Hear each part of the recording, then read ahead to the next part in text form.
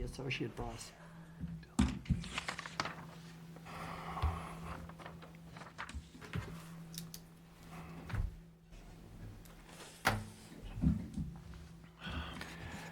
Good evening, and welcome to this meeting of the Old Kings Highway Committee of the Town of Yarmouth, which is being held in accordance with Chapter 470 of the Acts of 1973 as amended at 7:15 p.m. on Monday, June 24th, 2024, at the Yarmouth Town Hall Hearing Room, located at 1146 Route 28, South Yarmouth.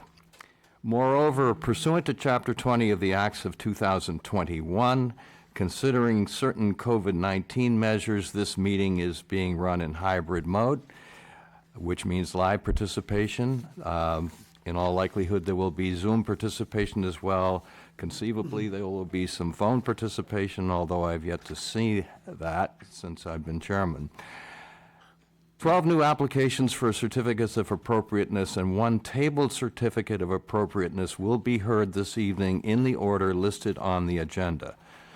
Please be reminded that our committee's main purpose is to review items for appropriateness and setting, and it is the responsibility of the applicant to comply with the regulations of other town boards and departments, including building, conservation, engineering, health, zoning, and the sign inspector. You should know that there's a 10 calendar day appeal period starting once a decision is filed with the town clerk. Any person aggrieved by our decision tonight can appeal to the Regional Commission of the Old Kings Highway Historic District. Our office administrator, Lisa Sherman, will be happy to answer any questions you may have regarding this process. And as some of you may have heard me say, if you have participated in these proceedings before, regarding the process, our process here is to have the applicant and or the applicant's representatives come before us, sit at the table, speak into the microphone, identify him, her, or themselves, and make their presentation without interruption, either from the committee or from members of the public. After which I will ask the committee for comments and or questions. And following that, the public and especially interested abutters will be free to ask comments and or make questions. And for that purpose, if you would kindly stand to the podium, to my front left, speak into the microphone, identify yourself, where you live, and make your comments and or ask questions. So the first application on the agenda tonight is 24-D004. It's to demolish the North Wing addition on the Redwood Cottage at 79 White Rock Road. Wingate Kirkland Real Estate LLC is the owner, and Catalyst Architects, Inc. is the agent. And who do we have before us this evening? Good evening. Can you hear me well? Mm-hmm. Yes. Hello. My name is Kurt Raber, and I'm a partner at Catalyst Architecture and Interiors. With me is Will Rubenstein, and he's one of the owners and operators of Camp Wingate, Kirkland. So we're very pleased to be here to represent the first 5 agenda items, actually. And Mr. Chairman, if you would like, I could present all 5 at once, and then we could go through the applications, or I could take them as one at a time. Suit yourself. Okay. Well, because you have a long agenda, maybe I'll try to expeditiously go through the 3 buildings. Application number 1 is a demo application. It coincides with application number 3 on your agenda. So they're both relative to the cottage, which is known as a Redwood Cottage. In your package is a site plan that shows that this building is immediately adjacent to the pond on the camp. It's not visible in fact, I should mention that none of the buildings that we're here presenting tonight are really visible from a public way, but we wanted to make sure that we crossed all the T's, dotted all the I's. We've already been to conservation and been approved. We're just recently at ZBA and been approved for all 3 projects. So this Redwood Cottage, originally built in, I think, 1957, and this plan is in your package. This is our existing conditions plan. The left side of the drawing is the north addition to the original cottage. Concrete block foundation, wood framed in sort of a mid-century modern addition to the similar design of the original cottage. We propose to remove one half of the building, basically, the left wing. That area will be replanted in native species as has been approved by conservation.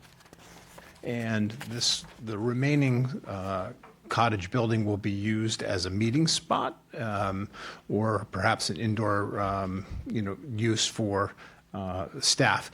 The lower level of both the original cottage and the addition have been used as a bunk accommodations for counselors. The third building we're going to show you tonight in application number 5 is the replacement for those accommodations. So this building will not have residential accommodations when it's partially demolished and then partially renovated. So we're seeking a certificate of appropriateness to remove the wing of that. Application number 3 is for the basically any of the alterations to the remaining building. We just wanted to make sure that as we take this side of the building down, we're going to have an exposed exterior wall that will need to be reclad, repainted.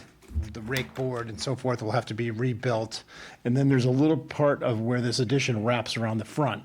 So this corner basically of the building will be exposed raw, and we'll refinish that to match the rest of the existing cottage. All the siding will be painted red, as will the trim boards. We're actually not going to be replacing removing any of the chimney, and we won't be removing and replacing any windows there. Can I interrupt? No, Okay, let him finish. okay. There is an existing deck out here. That's going to stay. There's existing stairs and small patio area in front of the cottage that will all stay as well. If I could skip on to application number 3, that's also a demo application, and that is to remove the art barn. And I know some of you, I think, have been to the camp to take a tour around. The current art barn sits in the middle of the camp, sort of in a low, hollow lawn area. It also has other activities like a ceramic studio in the adjacent building, and it's surrounded by some of the other lodge buildings. The building is literally held up by tree trunks. The columns within the building are cedar tree trunks. The building just is at the end of its useful life. And we propose to raise the building in its entirety and use its foundation, and the slab that's adjacent to it was constructed not many years ago, and the owners have been erecting a temporary tent facility on that slab annually as a sort of an outdoor arts and crafts studio. So the new building, which is application number 4 in this package. Oh, yeah. So your package includes this on an application, what we call application number 2 of 3, the art barn. It's a brand new structure. Again, we're reusing the existing slab, reusing the existing foundation, and basically building in the same exact footprint. It will be a little bit taller because the other building is quite low. And pre-engineered roof trusses, vertical board and batten siding, and we're proposing a red standing seam metal roof. And if you've been on the campus, you'll notice that the residential little lodge buildings are sort of olive green with an asphalt shingle roof. The community buildings are the sort of activity buildings, including gym, dining hall, and now the art barn will all have that sort of trademark board and batten siding and red standing seam metal roof. Kind of a post and beam design outward with some, diagonal knee braces. And we can, when we get into the nitty-gritty, we can go through some of the colors and so forth. The final application, number 5 on your agenda, is the third of 3 kind of new construction certificates that we're seeking. And this is going to be built about 60, 70 feet away from the pond, further away from the pond than the existing Redwood Cottage. So this is sort of, if you're on the water, it's behind the existing Redwood Cottage. And this will be new bunk accommodations for staff. Single-story building. It will have a full basement so that we can have some mechanical and storage space down there. It does have 2 toilet rooms. It will be fully accessible, and it'll have number of bathrooms, 6 bedrooms, 2 bathrooms, and it has a little deck out front for sitting outdoors. We've included floor plans of the basement floor level and the main level. And then we've included in your package 4 elevations. So it is built into a little bit of a hill. So we'll be using the ramp to come from the highest point onto the deck. And then here's the north or left end. The south or right end is elevated because of the natural grade. We do have a little bit more foundation here, but because it's really in the woods and we're building on this hill, we're really trying to keep this looking like just all the other buildings on the campus. Again, this will be vertical siding in that olive sage green with an asphalt shingle roof.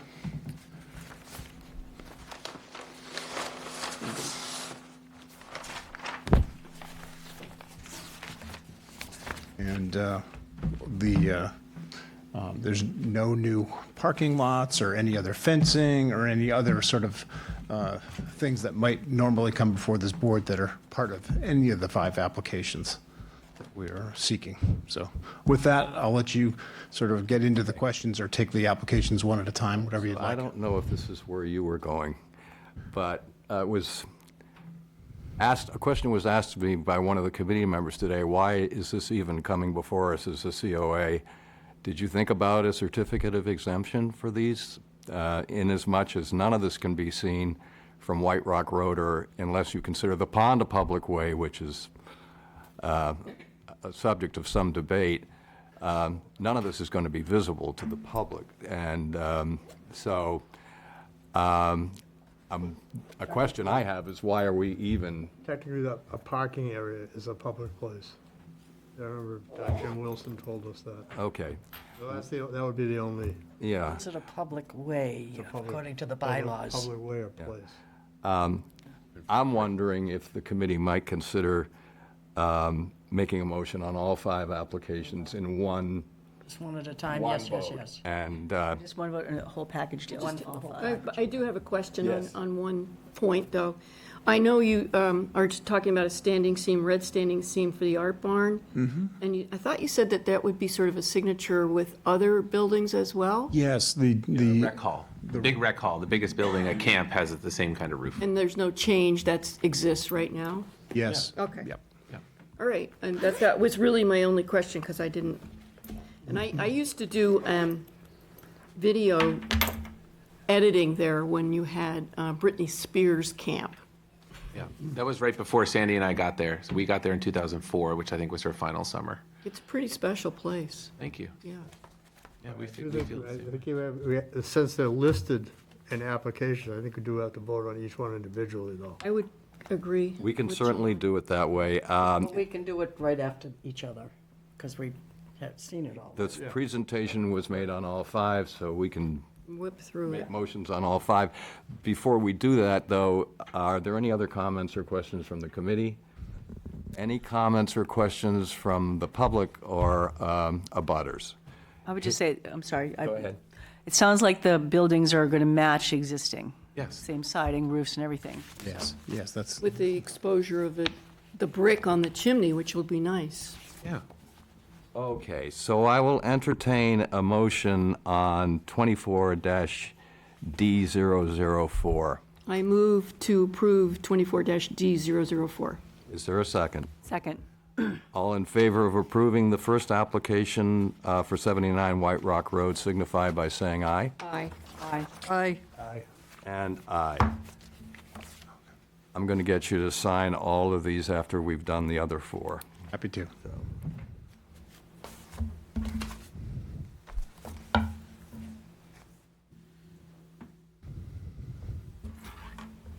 I just want to say that that camp reminds me of Camp Granada.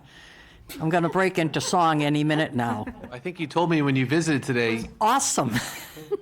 I'm glad it does, and hopefully in all the happy ways that won't it does. sing. I drove in and saw the no trespassing signs and we said, we're out of here. Are you still trying to get kids from the inner cities to the camp?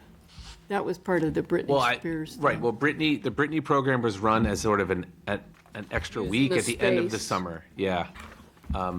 I think that we have found that, we try our very best not to turn anybody away. At the Yeah. same time, we are an attempted for-profit. So we have to balance those two things, Yeah. but we certainly do help families when we can and where we can. And up to and including having certain staff families have their children come to camp at no charge. Oh, that's cool. So we do the best that we can in the circumstances that are presented to us. And while I'm sure that the Ms. Spears camp was quite a hullabaloo for those that were here, because that's what we heard that it was, we don't do anything quite to that extent anymore. Quite that hullabaloo-ish. No. How many kids do you have? We will have 185 overnight campers and 125 day campers. Wow. Yeah. So day campers, that means we're serving the community. Oh, for sure. And unfortunately, because of the closure of Cape Cod Sea Camps, we're basically Oh, yeah. 350 day camp slots just disappeared, unfortunately, when the decision was made to close there. The demand, and certainly my friends at the Yarmouth Recreation Department will tell you, the demand on quality programs for children in the summer on the Cape hasn't gone away, but the supply has diminished. Yeah. So we are doing the best we can, but there's only so much we can do on our property itself. Okay, so 24-D005 has been presented. Are there any questions or comments from the committee with regard to this application? Any questions or comments from the public? Hearing none, I will entertain a motion on 24-D005. Move to approve 24-D005. Second. It's been moved and seconded. All in favor of approving this application signify by saying aye. Aye. Aye. Aye. And aye.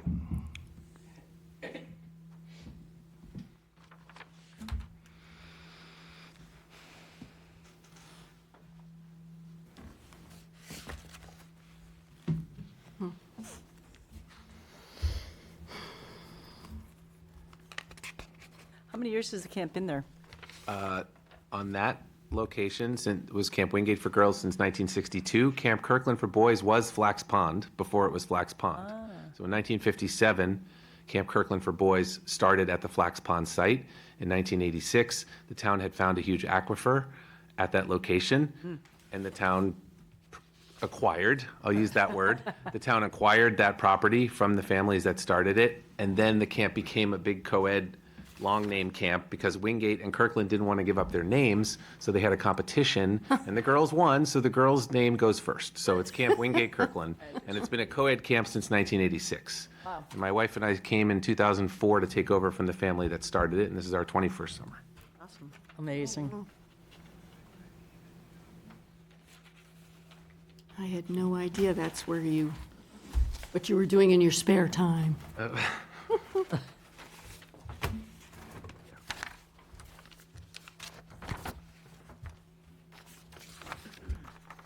You took me aback when I came in and you went, "Hi, Liz." I'm like, wait a minute. That's the library. That's right. Yeah.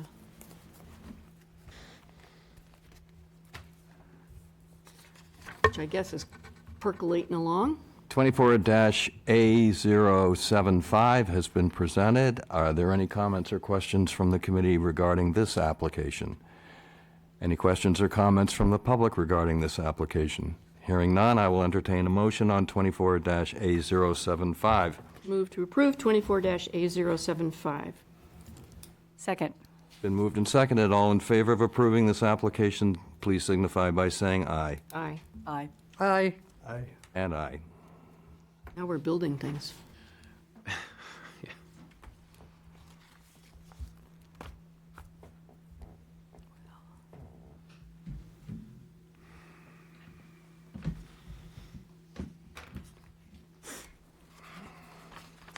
This is a bunch of paperwork for you. Hopefully keep it straight. I know. We mustn't rush him.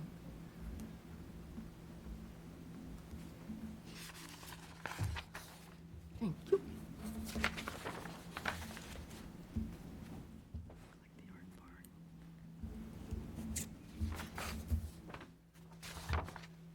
Thank you.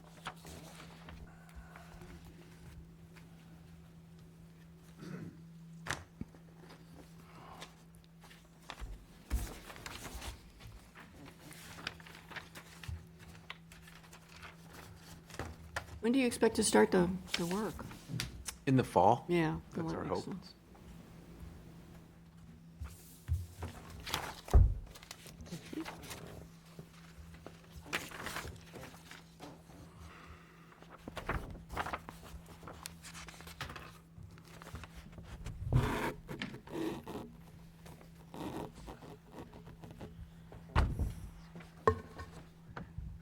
Twenty-four A076 has been presented. Are there any comments or questions from the committee regarding 24-A076? Questions or comments from the public? Hearing none, I will entertain a motion on this application. Move to approve 24-A076. Second. It's been moved and seconded. All in favor signify by saying aye. Aye. Aye. Aye. Aye.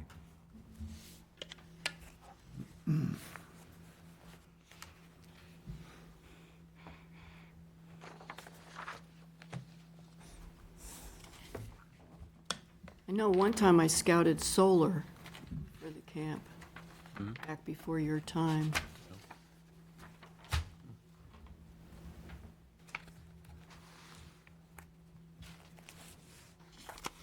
Standing seam's always a good roof for solar. Clip it right on. Interesting. Except it's red.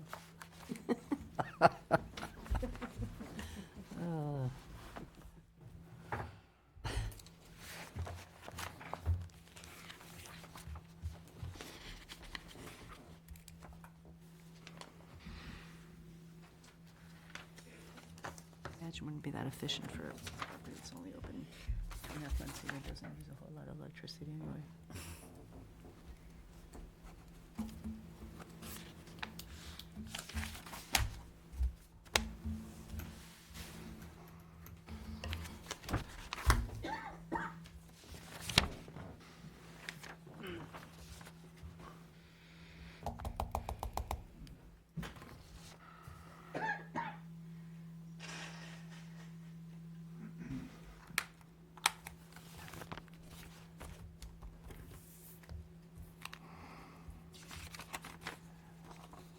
And 24-A077 has been presented.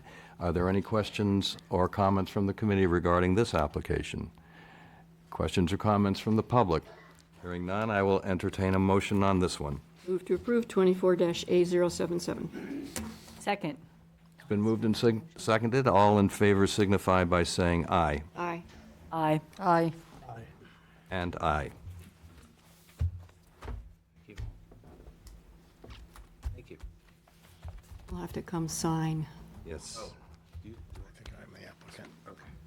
Yes, you have one last thing to do before you get home and watch the game. What game? Celtics won.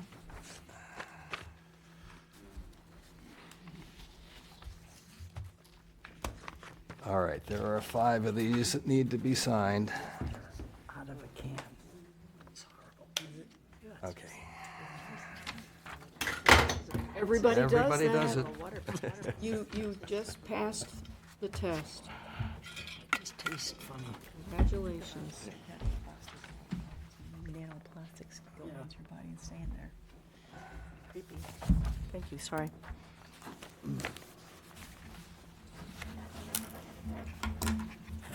Thank you. Well, So, nicely done, Will, gentlemen. if Thank you you very need a much. nurse at that Good luck camp, with it. Give me a call. Okay, well, sure, it could happen. I'd love to work there.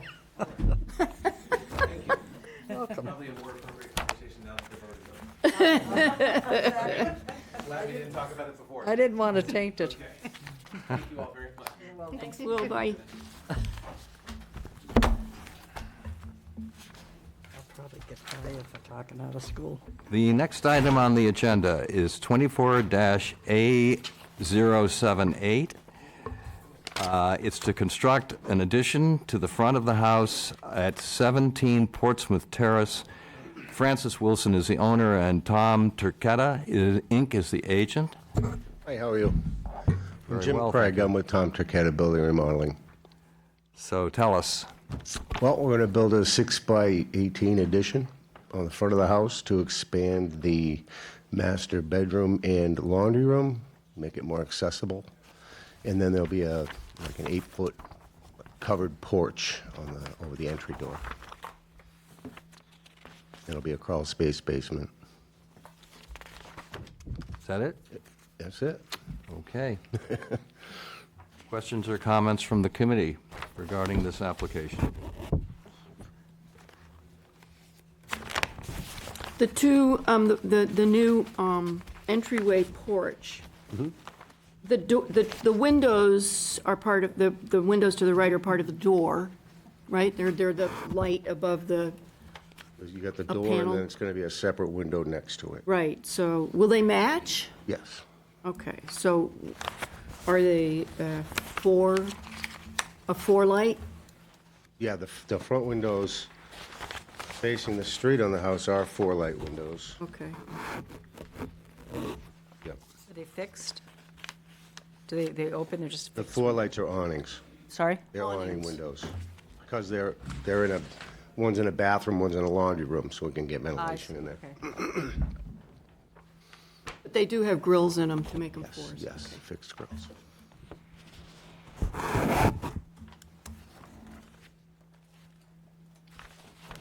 Any other questions or comments from the committee? Questions or comments from the public and/or abutters? Hearing none, I will entertain a motion on this application. I move to approve. Second. It's been moved and seconded. All in favor of approving the application signify by saying aye. Aye. Aye. Aye. And aye. So if you would come up and sign this, then you're free to go. This simply indicates that if you're going to make any changes, you'll let us know. Okay.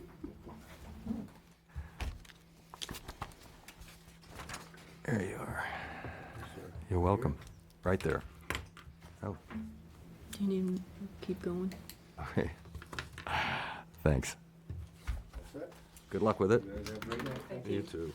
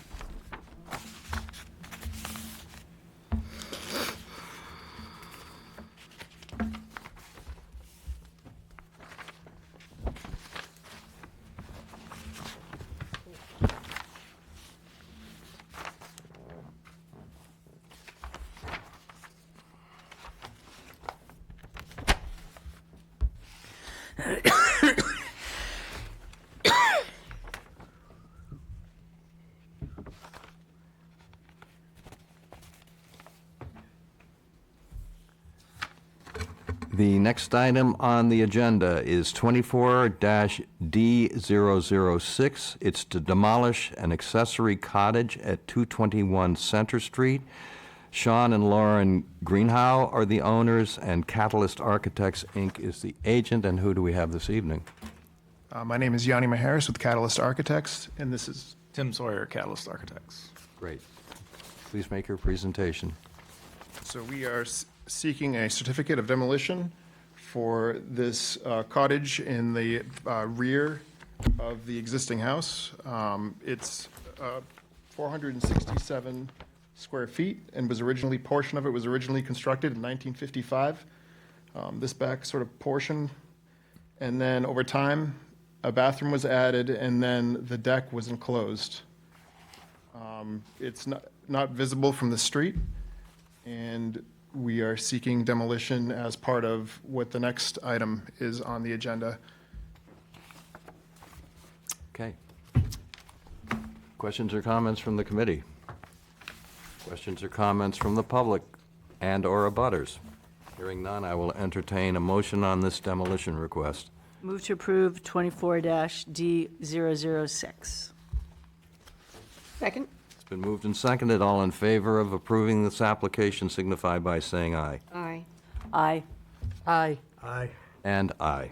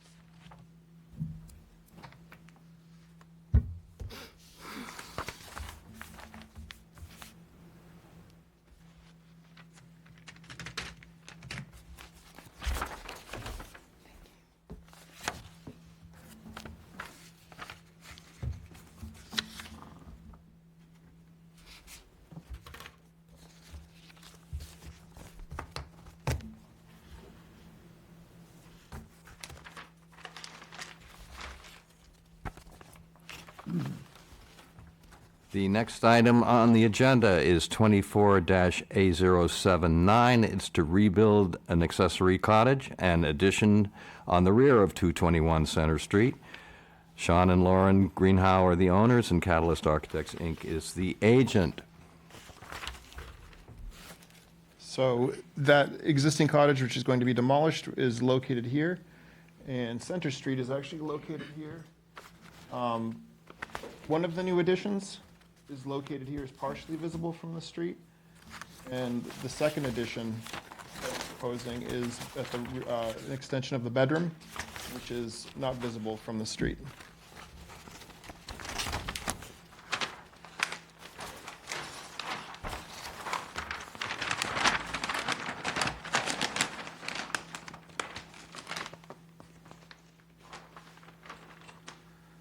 We are proposing to match the existing white cedar shingles and all of the trim and trim details of the house. With the exception of these smaller awning windows, we are going to match all of the double hungs with the 2/1 of the existing house. This is an elevation of the bedroom. It's 14 feet, basically off of the existing bedroom. And this is that partially visible view from the street of the dining kitchen addition, which is an 18'6" addition. And again, that also is going to be matching, same trim is existing, same window style, the 2/1, and the white cedar shingles that's already existing throughout the house.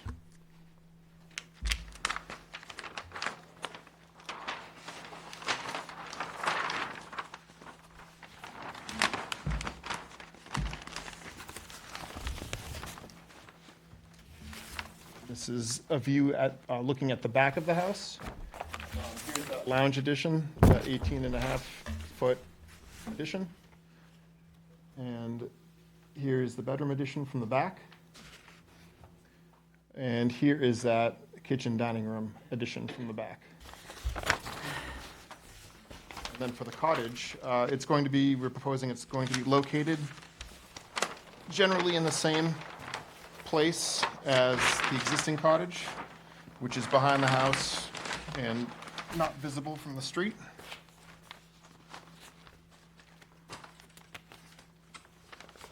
Again, we're borrowing all of the architectural elements from the existing house. So same trim details, wall white trim, white cedar shingles with architectural roof shingles. On this front sort of elevation facing the house, we're proposing a small eyebrow dormer. And I think that, beyond that, I think I'll open it up to you guys for any questions or comments. Okay, thank you. Questions or comments from the committee? It's definitely a complex project. So I said, why did you, I'm just curious about the eyebrow dormer. That's sort of the only thing in the cottage that doesn't tie into the house. That was a request of the owner. She really wanted to be able to look out her back window and see, she loves the way that the eyebrow dormers look, and she had requested that we add one there. Barely visible from the road anyway, but I was just curious why that. Great. She wanted something nice to look at while she was eating breakfast. I think it's well done, really. Other questions or comments from the committee? Questions or comments from the public or abutters? Hearing none, I will entertain a motion on this application. Move to approve 24-A079. Second. It's been moved and seconded. All in favor of approving the application signify by saying aye. Aye. Aye. Aye. Aye. And aye. So before you leave, there are two of these to sign, the demolition and the new construction. And Oh, come on. It's part of the deal. so if you're going to make any changes, you'll let us know. I don't imagine the demolition will necessitate any changes, perhaps the new construction. Hopefully not. Thank you. Thank you. Well done. Good night. Thank you.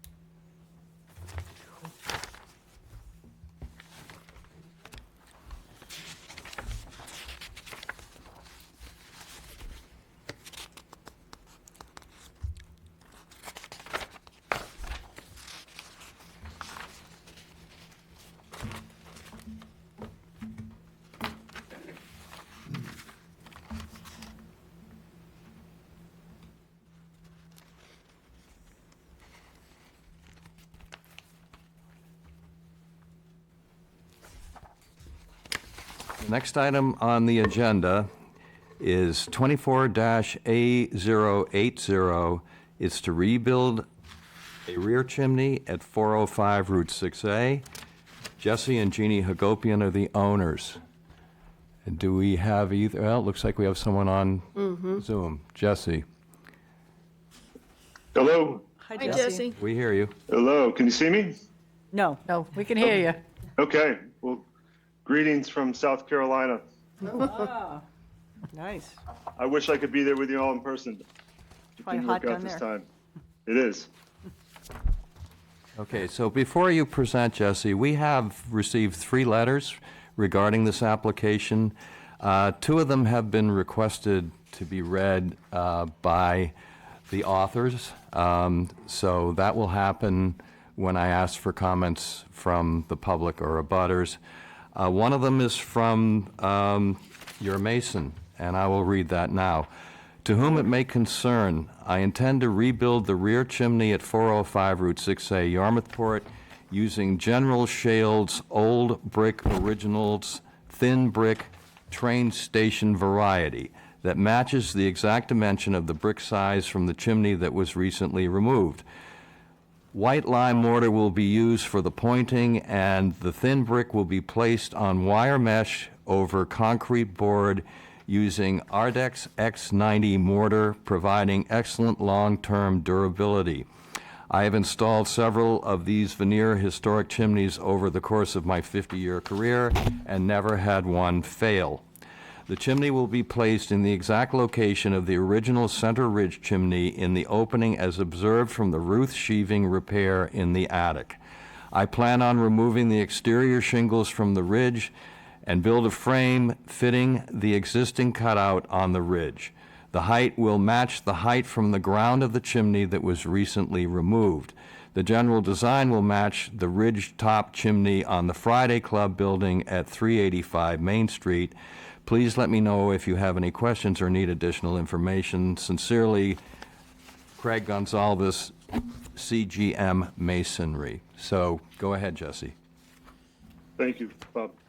I know there's a long history here, but I think what I'm presenting is a very reasonable and actually historically more appropriate solution to the property. I want to pursue a restoration of the previous chimney and likely the original chimney that was in the L building. As many of you, I think all of you have been to the property. You can see from the interior of the attic space, there was clearly a chimney on the ridge. There was sheathing that's been replaced. There's a rafter that's cut off and has either water staining or cement staining that clearly indicates there was up against a chimney at some point. So the intention is to rebuild a chimney in that exact location. I don't have the precise measurements because it's very difficult to measure it right now because of the patch in the rafters are still there. The plan would be to tear off the exterior shingles and then take out the sheeting from the top, which will give us an exact idea of that space. But it's approximately 24 inches. Do you all have the design plan that I submitted today? Yeah, The drawing. Okay. Yep. Yes. I tried to be as precise as I could in that drawing. So the plan is to build a wooden frame that would come up from there. This would be something that would be done and inspected by the town as part of the framing inspection for the whole entire house. I've already had an engineer evaluate the load and so forth on that. And then as Craig pointed out in his detailed letter, how he would then rebuild it. Do you have the samples of the bricks that I gave Lisa? yep. Okay. So I tried to source several different thin brick manufacturers that manufacture historic bricks. And the one I came up with, the match is, as you see from the size, is almost exact. And those are from the full brick there is left over from the brick of the other previous chimney that was removed in December. That, John? Yeah, oh, you're good. So in the cap design, as you can see in the drawing, it just has a bump out of 2 bricks on the top rim, which I've consulted with a few experts, and you can see there's several examples of that up and down 6A. I think the Friday Club building is the best example we can find, both in terms of that looks like it's approximately 24 inches by 24 inch, has that same kind of cap. It's a similar arrow structure. There's another, the L at 415 Route 6A has a square chimney that has the same cap feature as well. So that's the plan. I'm open to your feedback on that as well in terms of the cap design. But I think having several experts go in the house and seeing what is clearly there, the evidence of a previous chimney that predates the one that was removed, I think the best solution here is putting that back right where it is. And it's, I think, better for the long-term health of the building too, having it on the ridge versus it being offset. I think that covers everything I wanted to share. And the other thing, I think some of the comments that were made in the previous hearing back in February 12th about wanting full brick chimney rebuild, there was a response to this idea that a thin brick would not have the durability of a full brick. And I understand that concern. I take that concern seriously as a homeowner as well. But consulting with this mason and a few others, if it's done properly, the durability should be the same as a full brick. And my plan would be, this would be a very high quality, thin brick veneer historic chimney. So Jesse, just to be clear, this chimney's Yep. just going to be on the ridge. It's not going to continue into the home. No, it wouldn't need to. Because the framing would tie in with the ridge rafter framing of Okay. the house. Yeah, but it would be, you would not be able to tell at all that it doesn't, because it would be flashed with lead flashing just like a normal chimney that goes through the structure.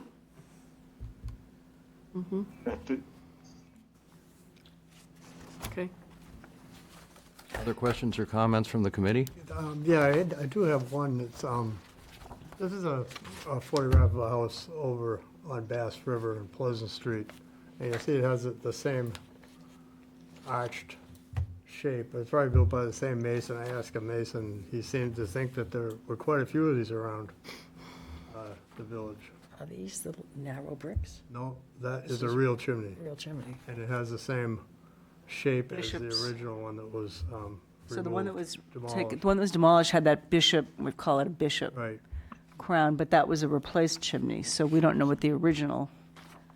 No, that's conjecture.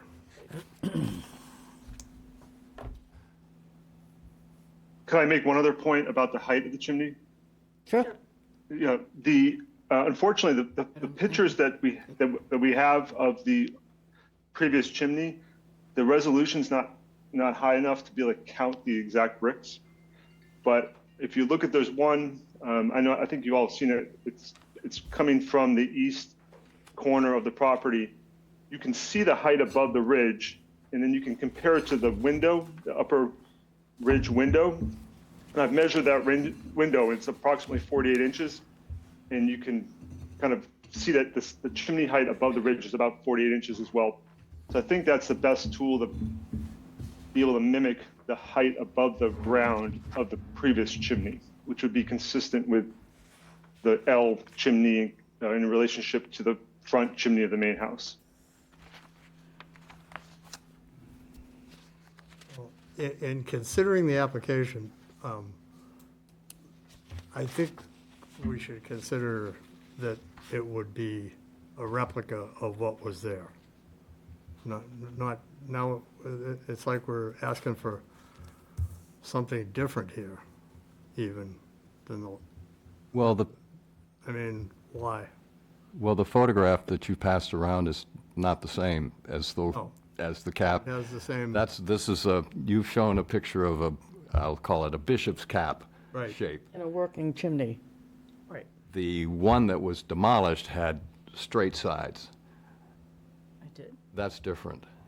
Yeah. So if we're looking for comparables, that picture isn't one, in my view. So I thought the bishop's part was, Curved. right, The one that was removed was straight sided. great. Okay.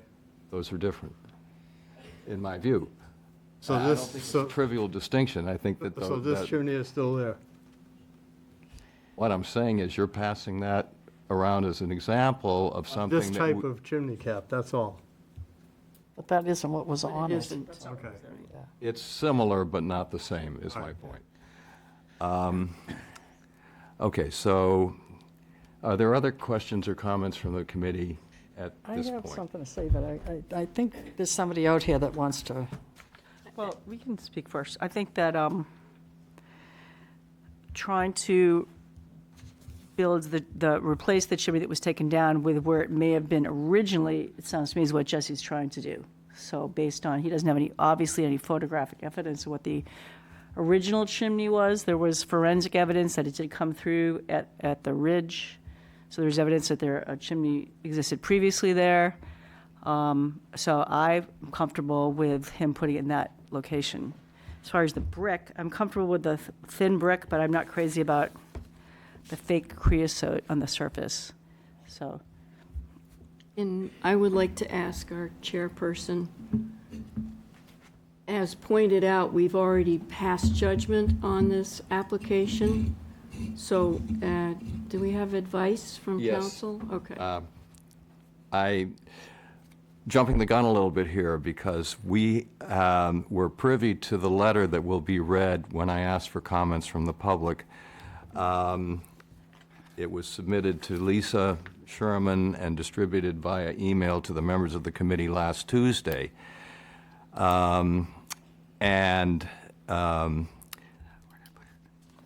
So when the letter is read, you'll understand why I'm making this comment. I called Jim Wilson this morning, and I asked him for his opinion as a procedural matter, whether we, as a committee, are bound by the decision of February 12th.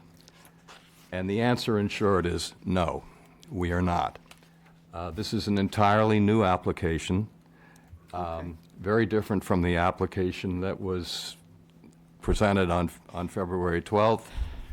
And at that time, there was a question posed by one of the committee members as to whether we had even handled that application, which was an application for demolition solely, whether we had handled it properly. So, no, we are not compelled to follow or adhere to the Or vacate a previous decision. we are not Very compelled good. to vacate the decision. No, Okay. this is a new application, and we are entitled, in fact, it's our duty, I believe, to treat it as a new application. So my comment is about the brick, and,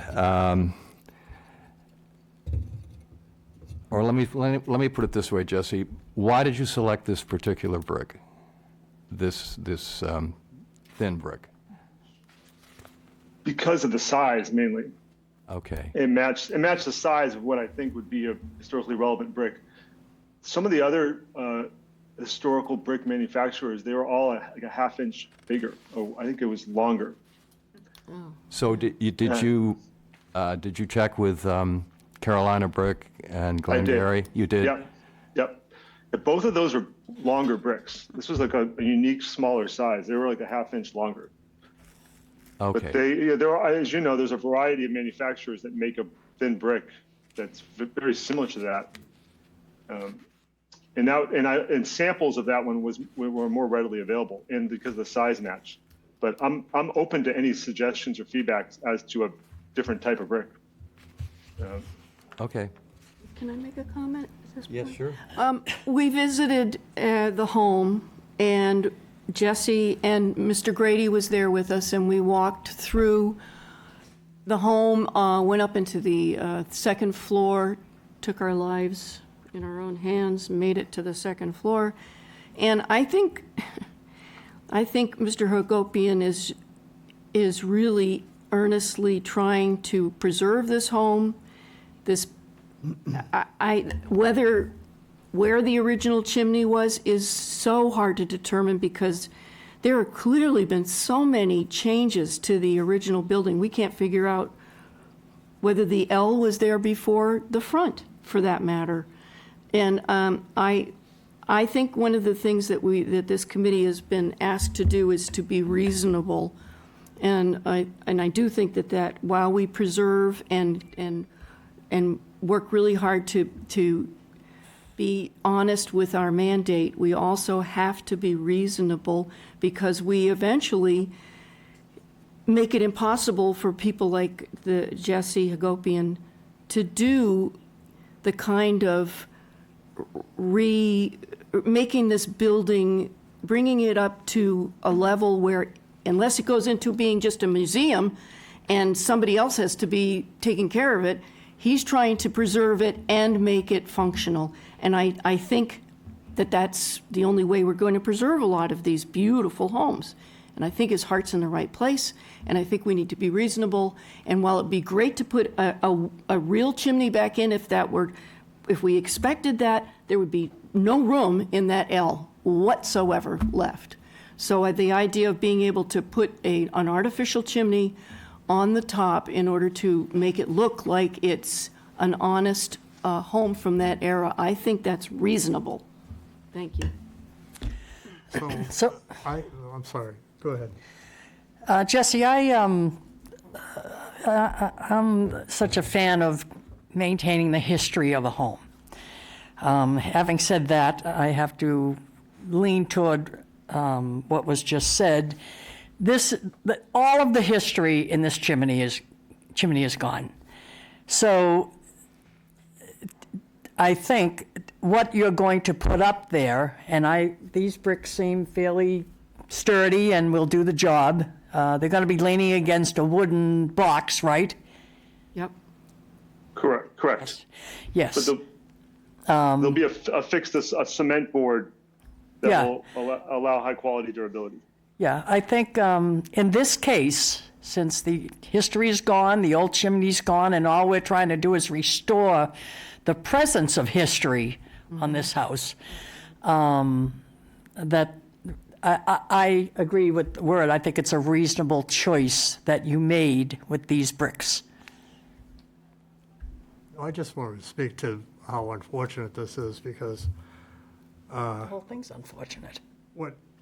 when we bought our house, it was at 182 Route 6A, it was going to be condemned. We nonetheless moved in and heated our house with 2 wood stoves for 3 years. But we rebuilt the 2 front chimneys. A local guy, Dan Jolly, built those. But the rear chimney was corbelled and was put together in a manner. I had a fellow come down who I had worked with on Beacon Hill, and he put giant inflatable tubes inside the chimneys and poured refractory cement, lightweight refractory cement. And when he looked at the chimney, he said it wouldn't even support the weight of the refractory cement. So rather than tear that out, I left it for the next owner to deal with. It got beyond our time frame to rebuild that chimney. We would have had to destroy a back staircase that was original to the L. But we left it. We didn't take it down. And what we did in the L, where that chimney exists, is we disassembled it and put all of the trim and paneling back in. That's what you do when you want to restore an antique house. You're saying you You don't, gone. but it's gone. This is gone, and it's a shame. It should have been built around with what was there, or rebuilt what was there. It's too late for that, so. Jesse, could you comment on the fireplace that you encountered when you bought the house that you removed? Do you have an idea, a thought as to its approximate age? What, if anything? Go ahead.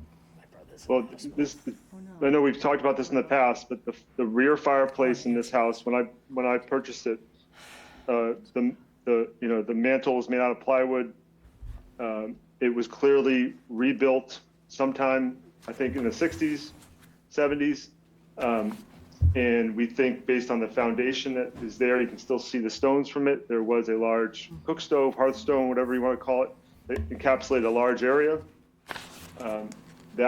The fireplace that I removed, it was poorly constructed and had water damage coming down through it. It tied into an older chimney that did go through the roof that I regret removing, and that is what was taken down all in conjunction. And so that we don't know the age of what went to the roof, but based on the forensics, there was a previous iteration of a chimney that was in the ridge. Anything else I can add to that, Bob? Yeah, so in other words, putting words in your mouth, the fireplace, the interior masonry structure, let's call it, as it existed when you bought the house, was significantly altered from presumably what it would have looked like when that portion of the house was new. Correct? Correct. Okay. Correct. Yep. And we don't have any control over what happens to the inside of houses. So, any other comments or questions from the committee at this point? All right. Comments or questions from the public?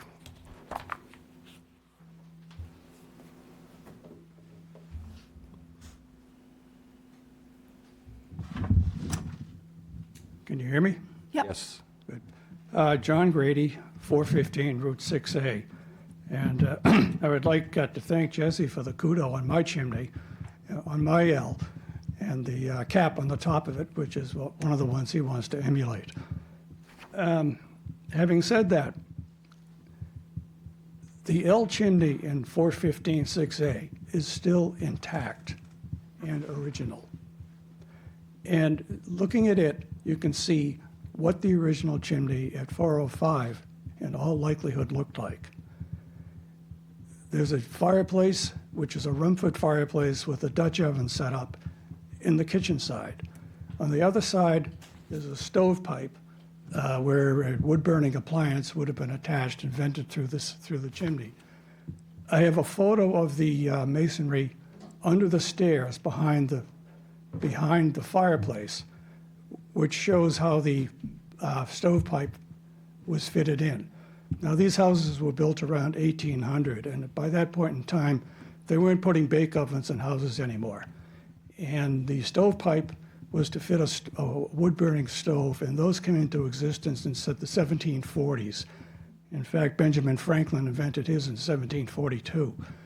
Later in the century, they were improved, and some of the draft issues in Franklin's stove were solved by others. And I think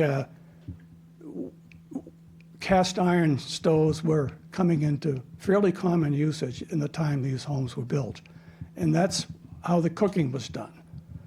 There was no other place in this house where you could cook. So my feeling is that L is original, and that was the original kitchen in the house. In our home, it's set up that way, although in our front fireplace, it's much larger than in Jesse's, and it does have a Dutch oven set up in it today.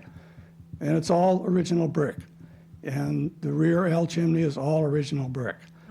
Now, ours is built on center, and so the chimney goes straight up. On the second floor, it bends slightly to the left, about 4 inches to meet the hole in the ridge line that the framers had left. In 405 6A, the framing around the ridge line is not the only forensic evidence. Chimneys are not built in midair. They're built on a foundation.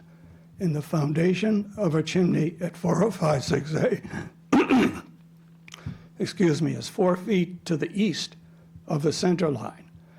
Now, the photos that Jesse provided show that whatever fireplace was there went directly up, and when it entered the second floor at that location, that is also in line with the remnants of a stovepipe behind that chimney.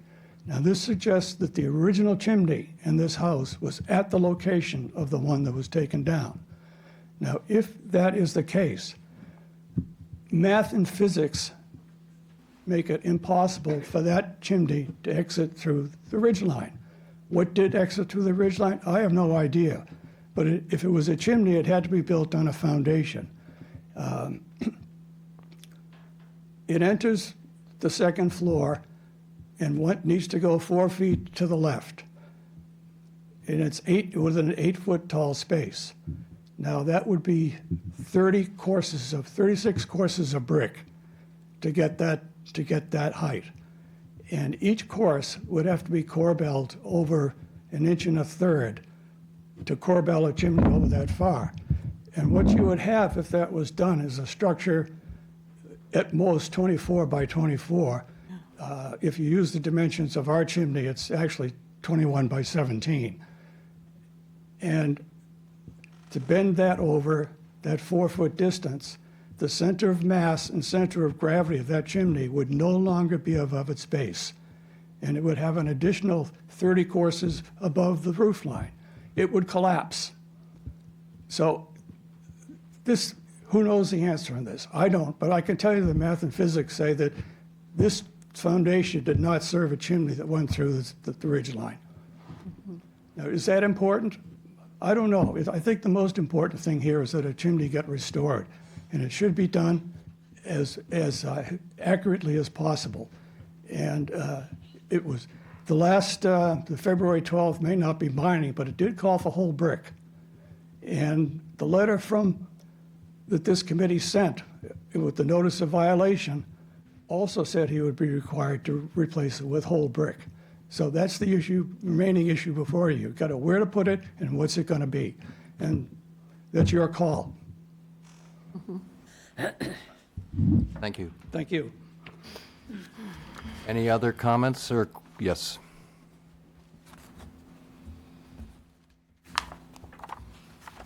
Good evening, Mr. Chairman, members of the committee. I'm Judith Recknagel. I live at 408 Route 6A, which is just across the street from this property.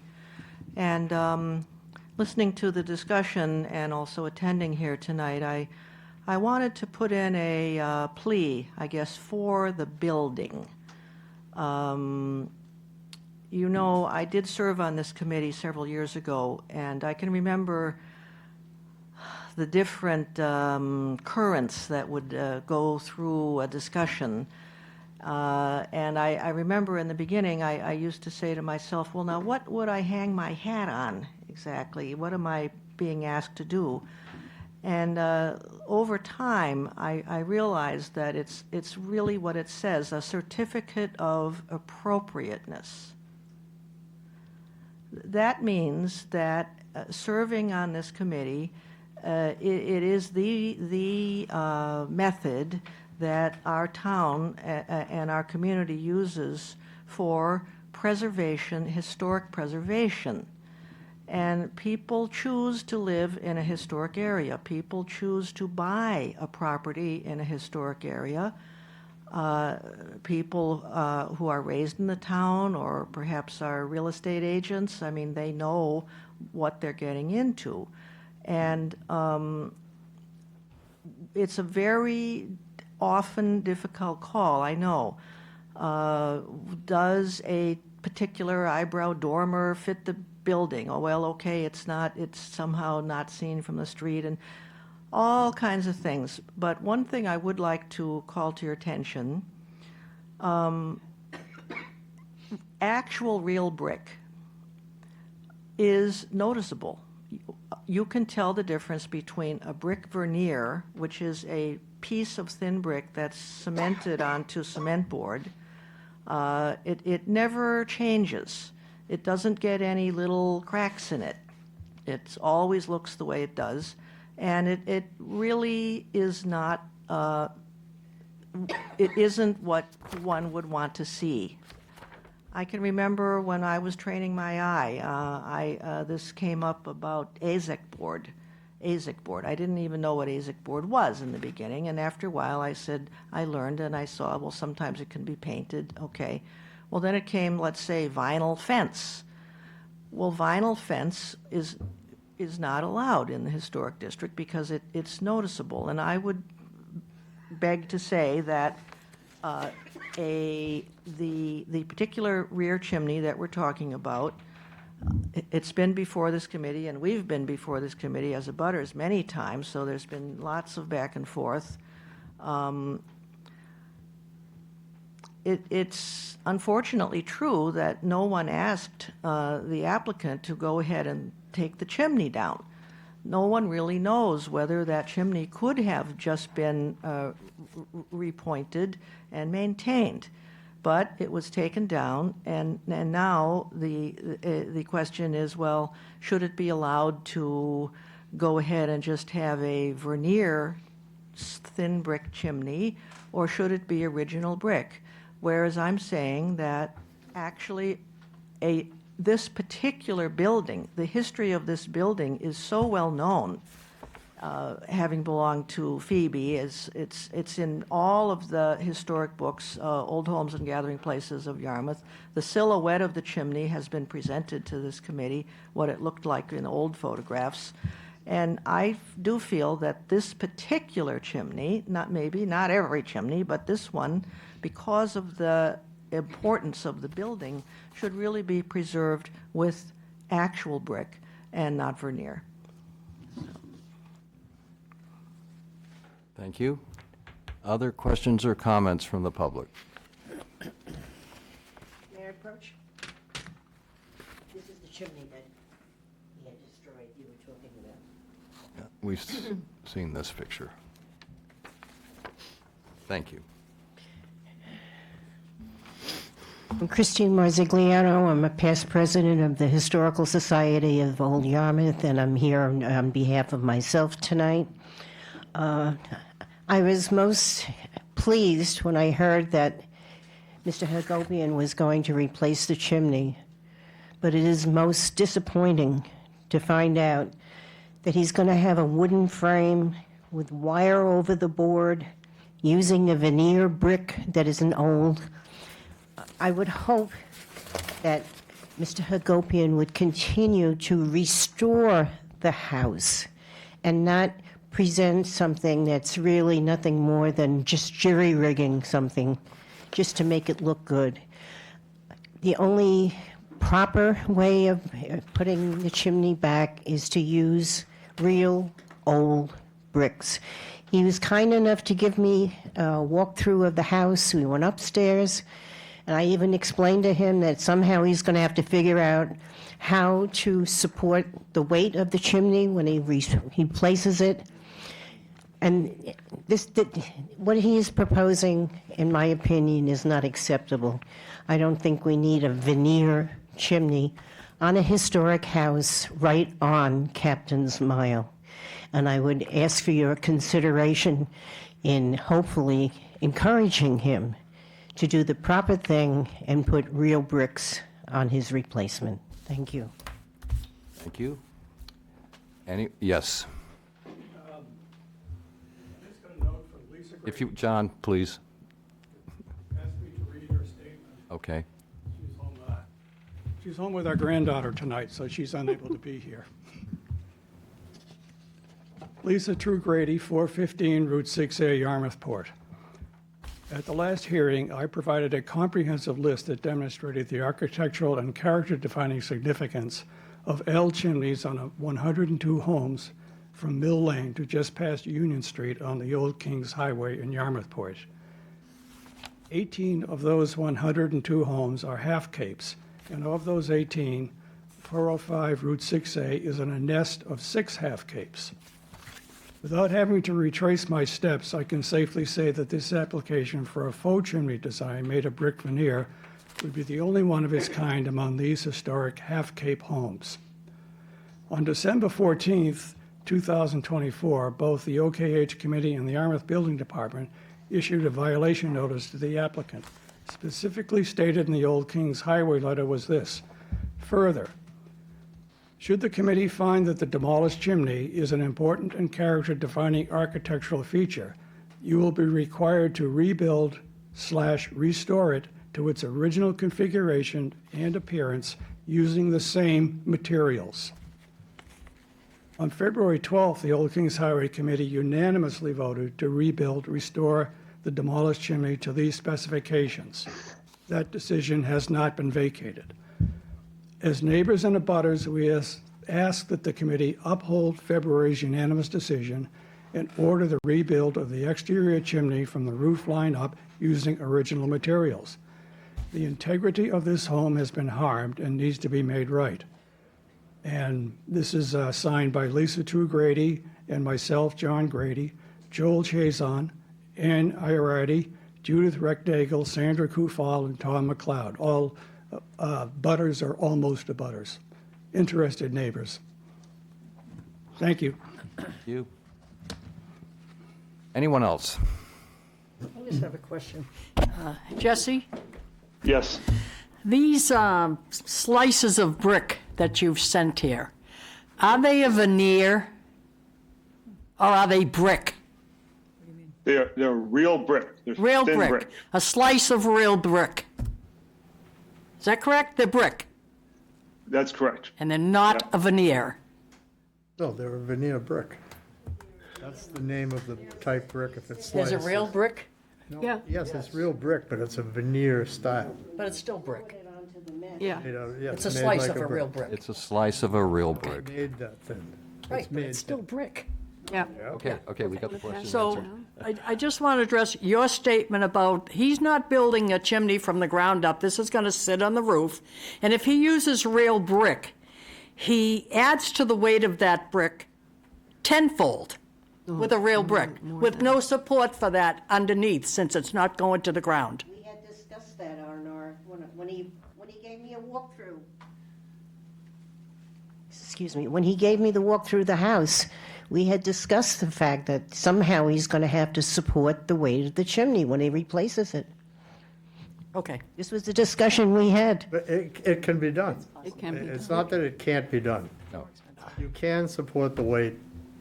I had the discussion. From the ground, though, you'd have. No, from, You have to carry beams across and down to the Well, foundation. And it comes down, what it comes down to is how much does it cost? It's not, Okay, it's not impossible to do. Can I This is add getting one? really, we're splitting hairs here. Jesse? Can I say one thing to that Yes. effect? I should have addressed this earlier. I apologize. I have looked into multiple options for putting real brick back into the chimney design of this house.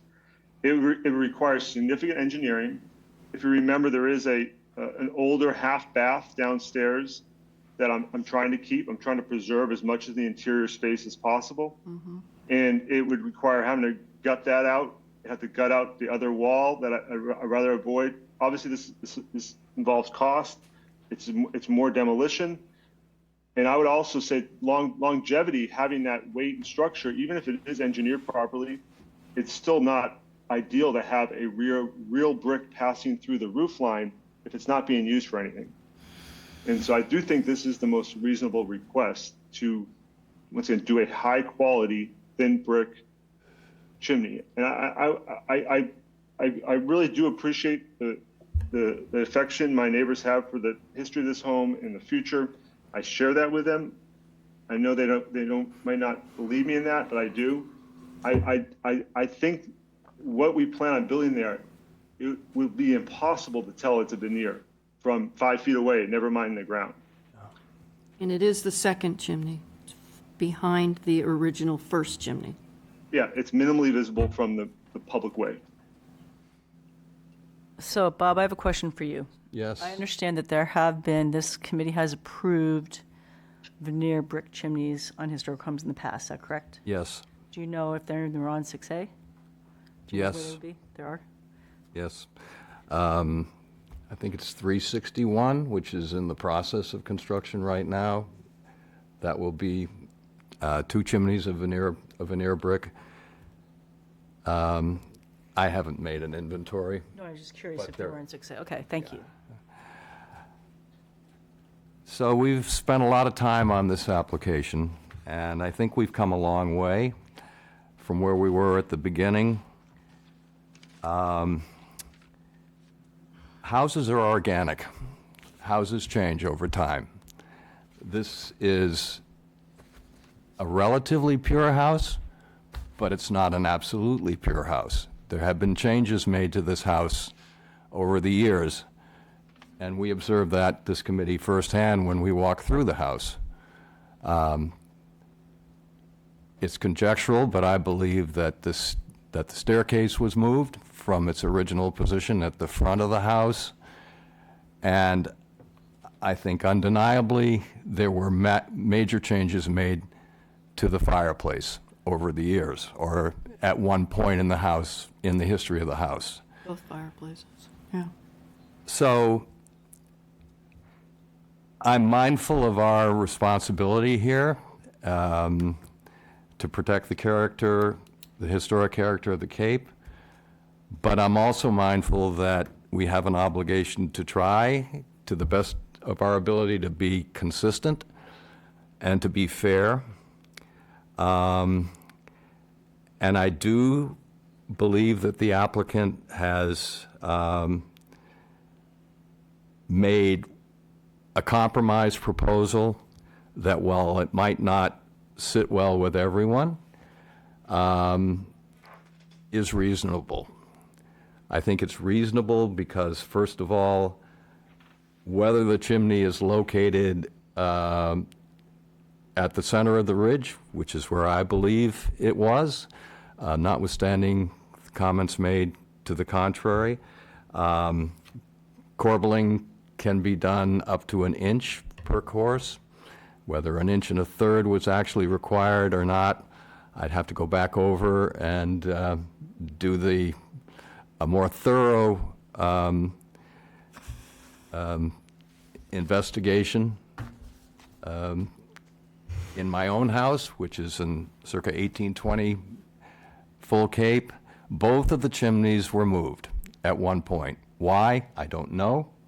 I wasn't there, as my father was fond of saying, but I would guess they were probably removed because it's far easier and cheaper to build bricks course by course straight up than to go through the process of stepping each course over, which is a very elaborate process that requires forms in order for the mortar to dry so that the chimney doesn't collapse during construction.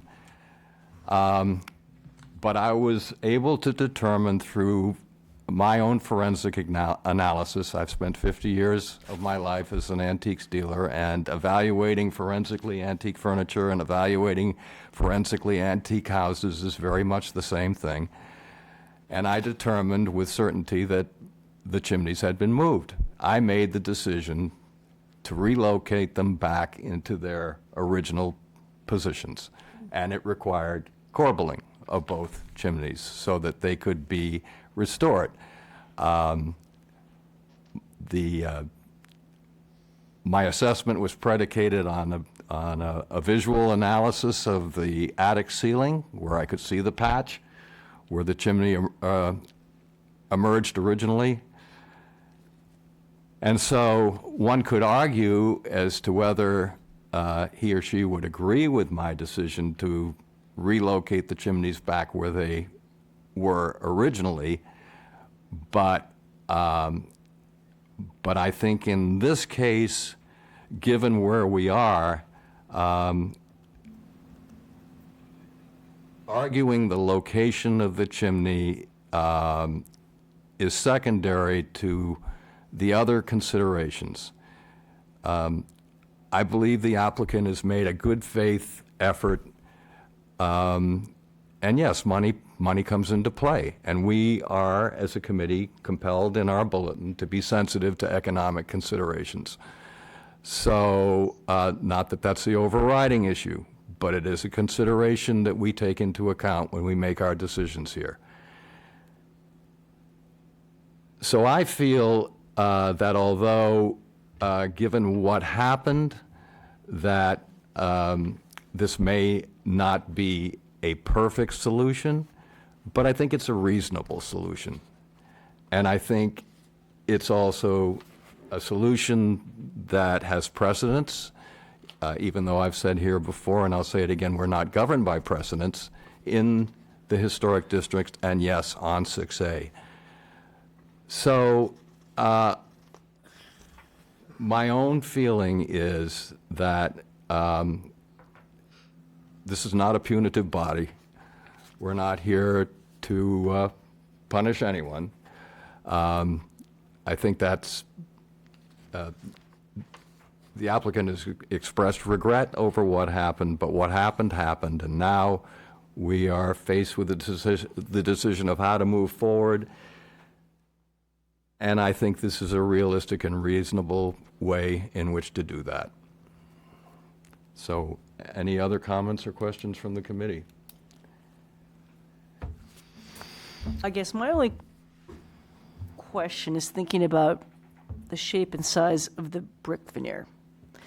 And if it's a half an inch longer than the old brick, I don't think you're ever going to know that from the street or in comparing it to the other chimney. So for me, to have the brick have the appearance of the early brick is more important than the size. So if a Carolina brick has a better appearance in terms of the color and the texture, and it's half an inch longer, I don't know, I think that you're going to notice the color and the texture much more than the size of the veneer bricks. Yeah.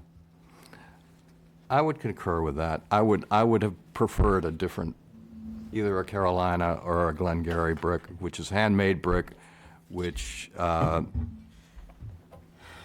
would, in character and color, exactly match brick of that period. And given the fact that this chimney, wherever it's located, is going to be minimally visible from Route 6A, you're really going to be hard-pressed to notice the brick either way. But if there's,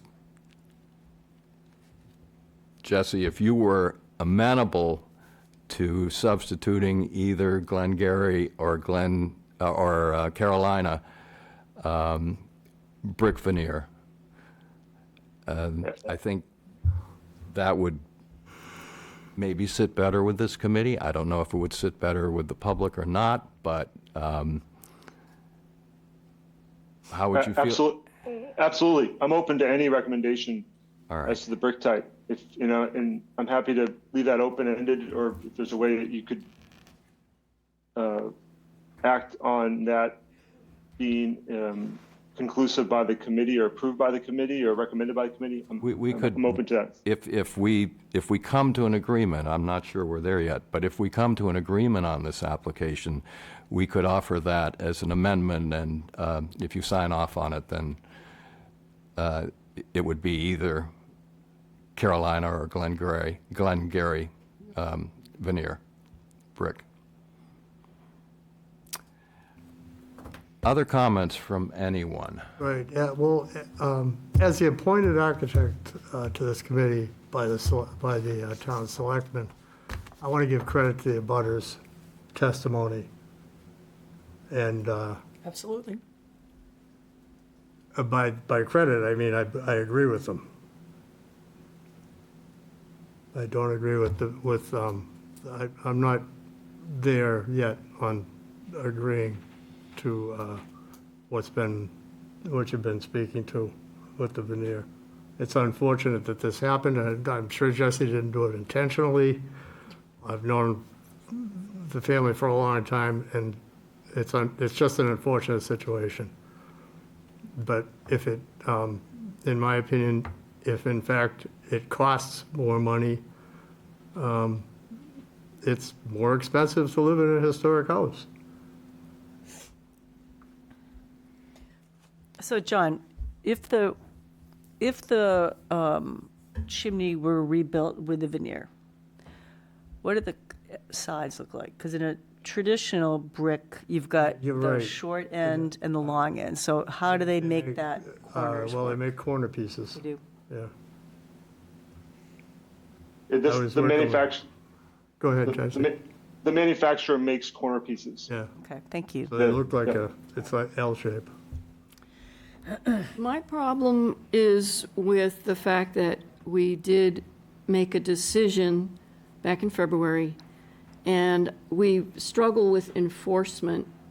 And I note that we do have a provision that would require payment of a fine by Jesse, and I agree that I don't want to see the house subjected to the weight of the real bricks, because I do think it needs to be a living house and needs to be brought back to being purposeful, and that means leaving that space vacated.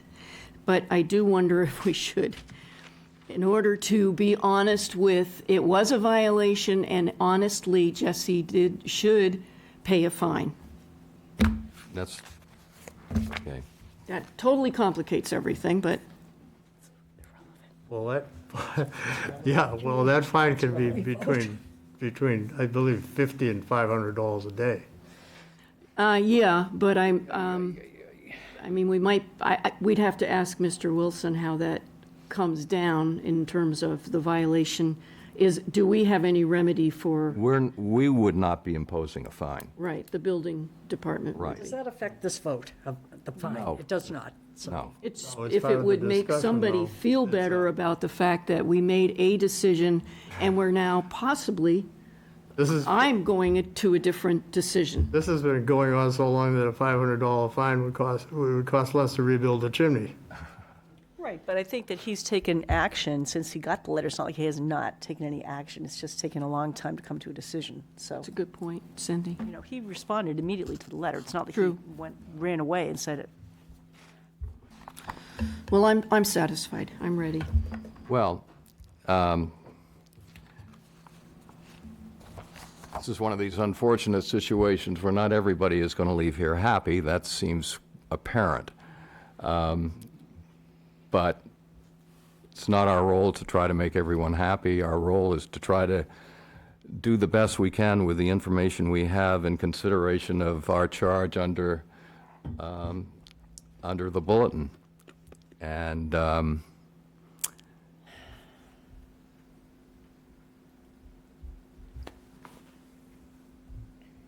I'm ready to entertain a motion. I move to approve. Well, we have to be more specific, I think, about, Well, I think With the amendment of Yes. Carolina Bricks. or, the motion is to approve the application as presented with the amendment that the veneer brick be either Glengarry or Carolina brick. So there's a motion on the table. Is there a second to it? second. Okay, it's been moved and seconded. All in favor approving the application as amended signify by saying aye. Aye. Aye. Aye. Aye. Nay. And one nay. Okay, I'll write up the amendment. thank you. Thank you all for coming and voicing your opinions. As I have said before, this is an excellent example of democracy at work.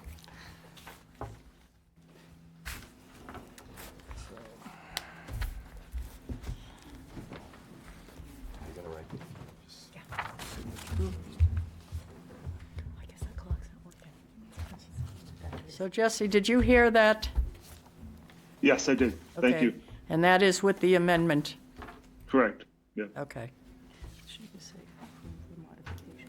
I can stop by the office next week to sign that, I believe. As soon as you get home, whenever. Yep, yep.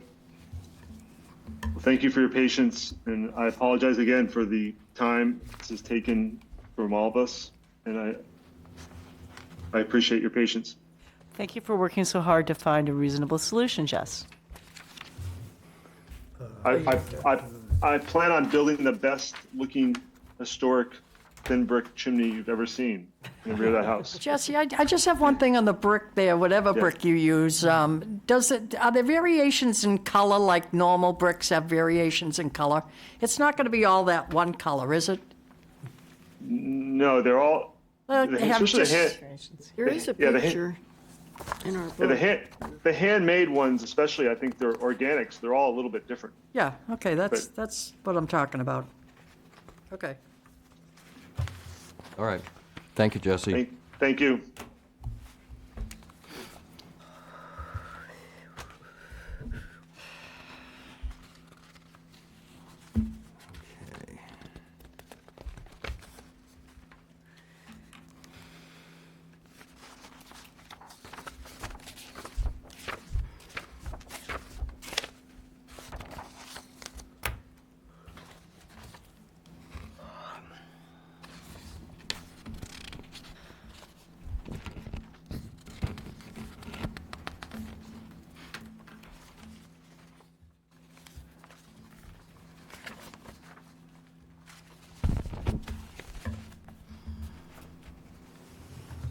The next item on the agenda is 24-A081. It's to expand the front porch and add a lamp post at 14 Pheasant Cove Circle.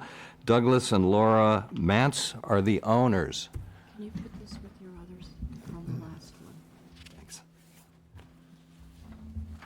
Good Go ahead, evening present. to all of you, and I hope to be a little bit simpler with our So do I. application.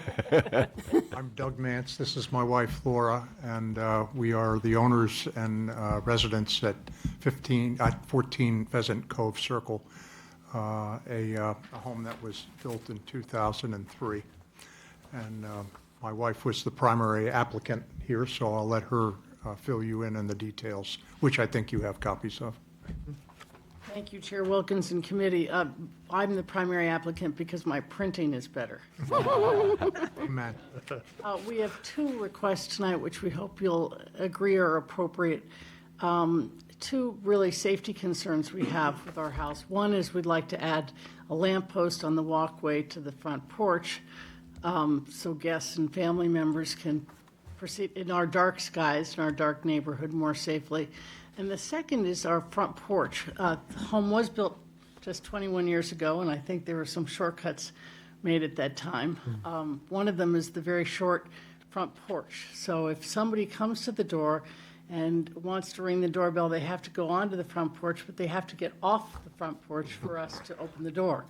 And it's a very narrow descending step. So I don't know about you, but I'm not as graceful as some. And I predict that a lot of people will fall when they make that step. And all we're trying to do is extend the depth of the porch by a few inches and the steps by one additional plank. Rather than the composite material it's made with now, we're hoping to have it done in mahogany, which is actually less expensive than some of the composites we're told. Oh, wow. We've got a wonderful builder in our neighborhood who does most of the renovations and restorations in Pheasant Cove area, and he's agreed to do this and is ready to start at any time. We'd just like your permission to go forward. We'd be happy to answer any questions you have. So when I read this application, I thought you were going to put on a farmer's porch.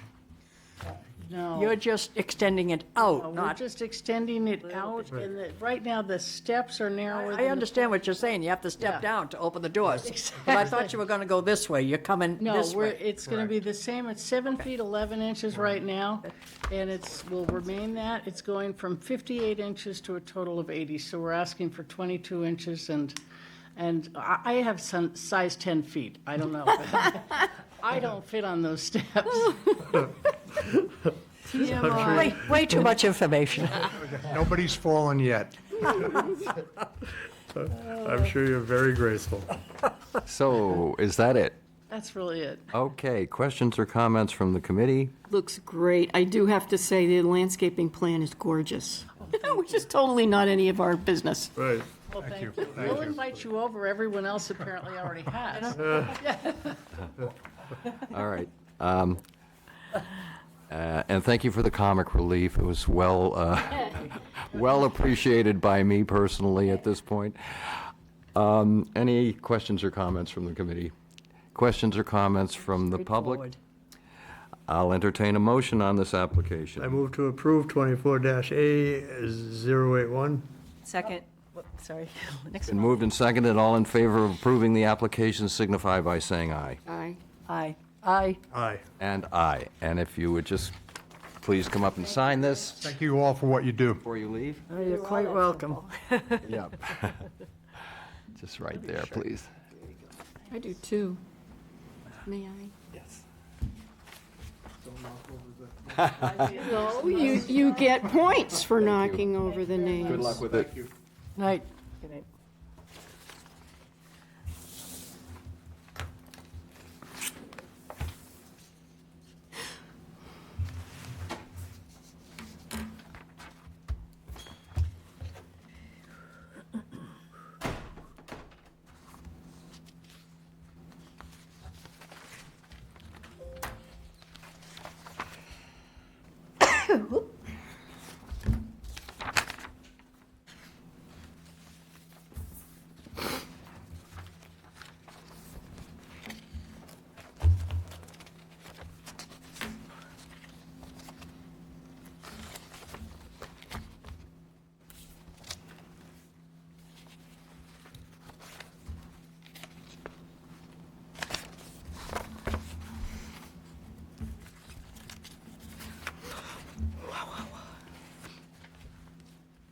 The next item on the agenda is 24-A082. It's to rebuild a porch and retroactive approval for deck enclosure at 926 Route 6A. JPL Realty Trust is the owner.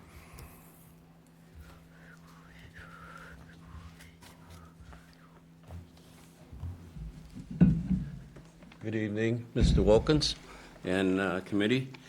I'm Leon Narbone Sr., and this is my son, Jack. And he's a recipient of the trust, but I'm the trustee, so I'm still the boss. But I don't know how long. We now live in Dennis, but I had lived in Yarmouthport my whole life, pretty much, since we moved here back in 1980. So I appreciate everything in that area and how the historic works a little bit and everything.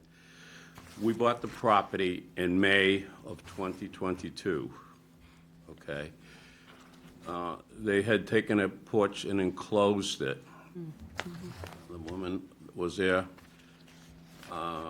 She had Parkinson's. She was a retired teacher, and she needed to have somebody live in. I needed to live in, so they needed to have a little extra space so somebody could stay. It's a very tiny cottage.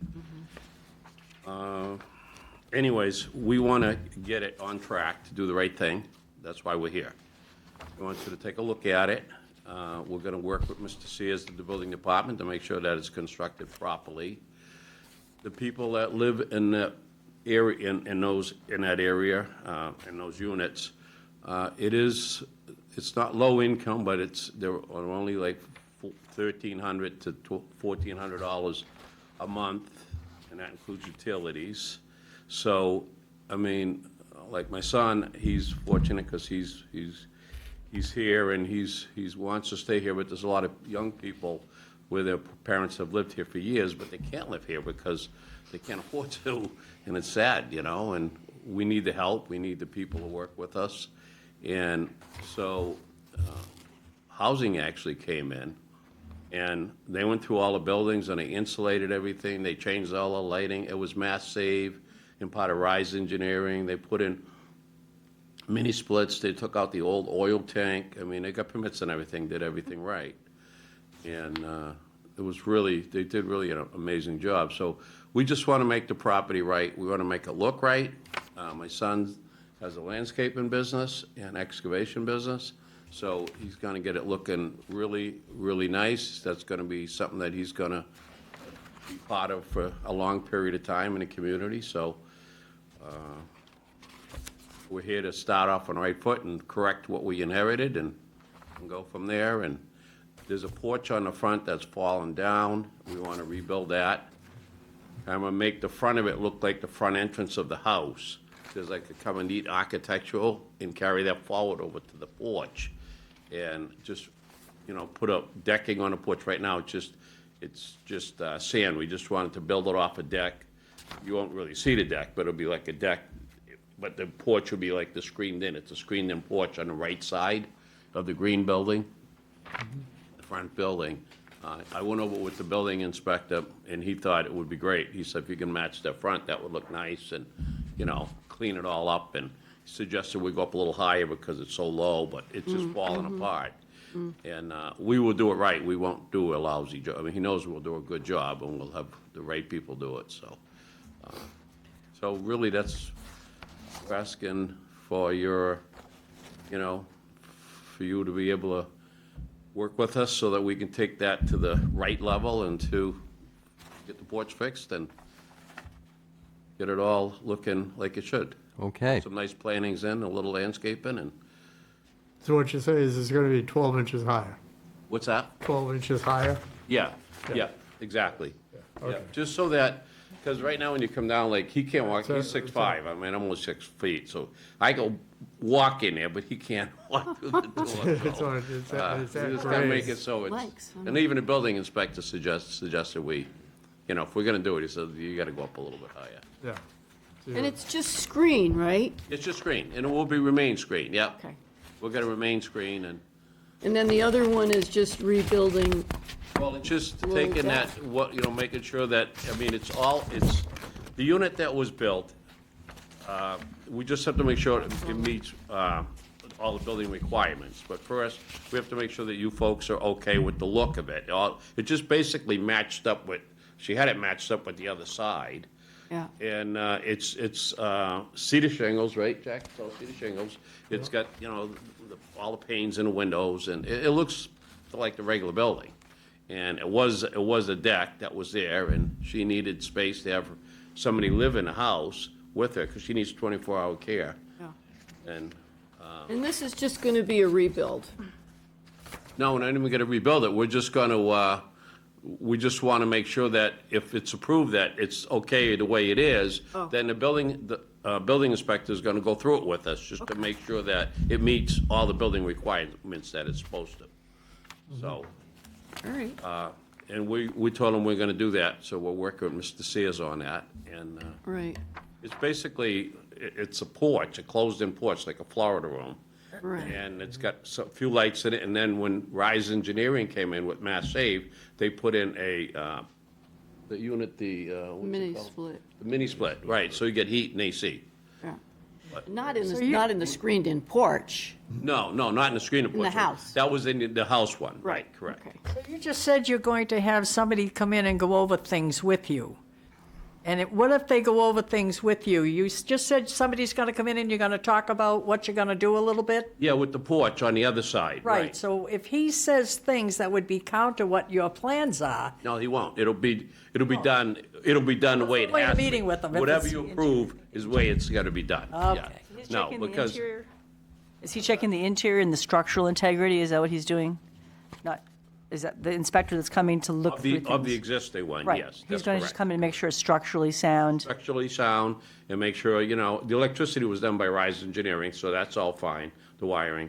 And, basically, I think that was it, right, Jack? Was there anything else?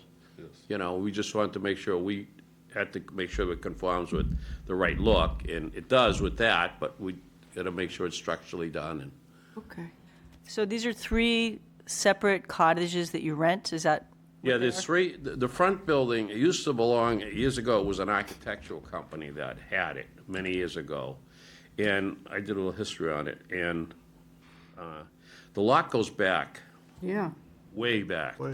I mean, he'll be coming back to you someday, I won't, but he would like to see if we could build some nice cottages that would be affordable for people to live in.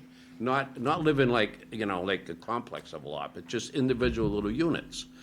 We're not at that stage yet, but this is what his dream is, to have something like that where, people can have a nice place to live. It doesn't have to be big, 500 square feet. Yeah. But people like having their own little house, a couple, right? They're married, they work on the Cape.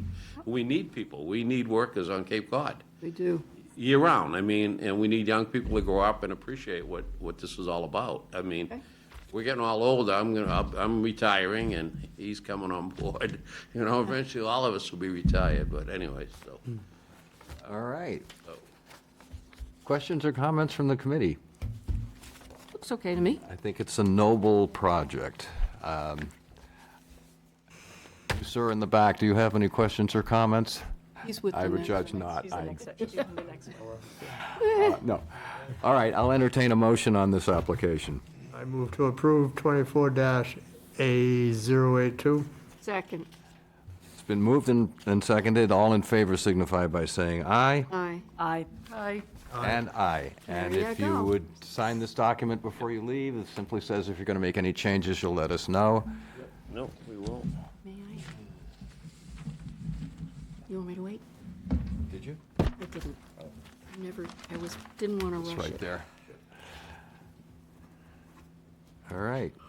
Good luck with it. Thank you for your time tonight. Your time, thank you. Sure enough. He is 6'5". Wow, he can't even get out that door. He's used to ducking. would basketball be an option for him? He looks like such a young kid, doesn't Well, look who's here. I haven't seen you before. he? Well, we've seen him before. I think she was being John, you didn't want to sign this? facetious. Which, It didn't get that. Oh, sorry, I put it the wrong direction. I was yakking. My fault. Cindy's confused. Dazed and As am I. confused. Okay, the next item on the agenda is 24-A083 to install a shed at 161 Route 6A. Wesley Price, Inc. is the owner. How are you today? I'm doing well. How are you this evening? Good. Hi. Good. Nice to see everyone. So I'd like to put a shed in at the 161 Main Street. It's in the back parking lot area. It's a private parking lot, but there is shared use with the community. We do also rent the parking lot space out to some of the local businesses so that they can have places to park. The shed is something that I'm pulling off of a project that is currently in Sandwich on Old Kings Highway. And I'm relocating it because the client's building a new shed at that location. So I'd like to relocate it, re-side it so that it has white cedar shingles to match the nature of the surrounding areas, probably replace the roof and the door, but otherwise keep it the way it is. Cool. It's not visible from 6A. What's the size, Wesley, of the shed? Oh, I'm sorry, Yeah, are it's- you done? Yeah, that's fine, yeah. It's 10 by 12. It's 8 by 10, I walked back there today, and I could not visualize where you're going to put it, yeah. because you've got the nursery school right against the property line, and then everything It's has over the paved. property. The nursery school is actually on the. Oh, on is the- it? yeah. And then everything else is asphalt. You're going to put this right in the pavement? No, it'll be in the woods. So there's, Like a little the wooded fence area. goes kind of, if you're looking from 6A down the line, the fence goes in like this, then it jogs back, and then Right. there's so it's in that little jog area. There's a couple of large trees there.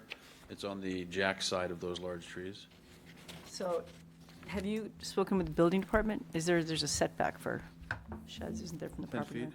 yeah. I think it's 6. Okay. You're back from the property line? We You're have that Okay. room, yeah. It was so hard to tell with the Long property. access to the building is, it will give us the So setback. the nursery school is actually on your property? Yeah, the fence for the driveway part of that is actually on like so many buildings in Old Yarmouth. So this is a pre-existing shed that you're moving to its current location, is that right? Yes. Was that your primary motivation for salvaging the shed? What do you mean? Well, this came before us as a certificate of exemption, and I decided it should be a COA because of the shed itself. Okay. So that's why I asked the question. About my motivation? Yeah, I mean, was this a cost-saving thing, or is it because you're so attached to the shed that you felt that you wanted to? It was his grandmother's shed. No, it's the tenants that are in the building that are also part of the owners of the condo association there don't have a shed on property, so they have a young child. They wanted to store their walker in it and their like jogger, so I thought it would double as just a shared space. Yeah. Yeah, it's just rather than put it in the landfill, you're going to repurpose Yeah, it. exactly. That's a good thing. I think it's fine. All right, so any other questions or comments from the committee? I'll entertain a motion. Move to approve 24-A083. Second. All in favor signify by saying aye. Aye. Aye. Aye. Aye. Aye.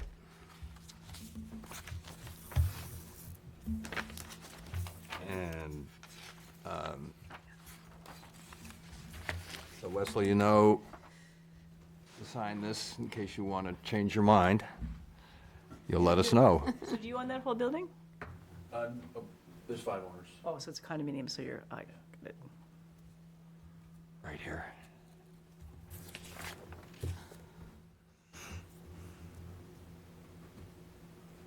Okay, whoop, good going. We love it when people knock the signs over. Bring a duct tape next week. That's right, thanks, Wes. Double-sided Good night. sticky tape, you know, that double-sided sticky tape. That would remove all the fun. Yeah. Okay.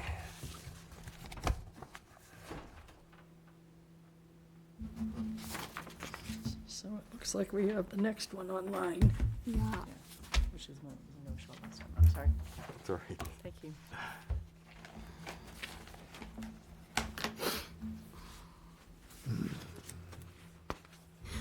I remember this one. Ooh.